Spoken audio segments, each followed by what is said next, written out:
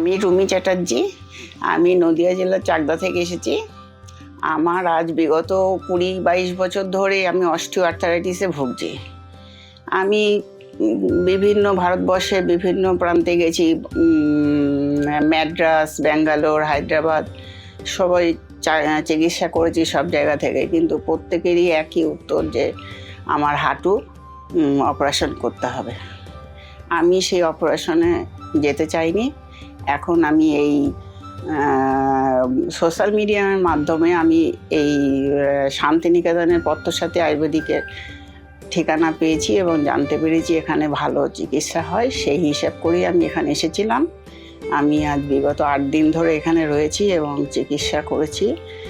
তাতে আমি বিভিন্ন থেরাপি হয়েছে আমার, এবং চিকিৎসা পদ্ধতি আমার কাছে ভালোই লেগেছে। তাতে আমি আগের তুলনায় অনেকটুকুই ভালো মনে করছি এবং আশা করছি ডাক্তারবাবু বলেছেন যে এই ওষুধের মাধ্যমে আস্তে আস্তে আমার পা নাকি ভালো হয়ে যাবে। এখানকার সকল ব্যবস্থাই আমার খুব ভালো লেগেছে এবং প্রত্যেকের ব্যবহার খুব ভালো, প্রত্যেকের সাথে খুব ভালো ব্যবহার হচ্ছে, পরিবেশ খুব ভালো লেগেছে।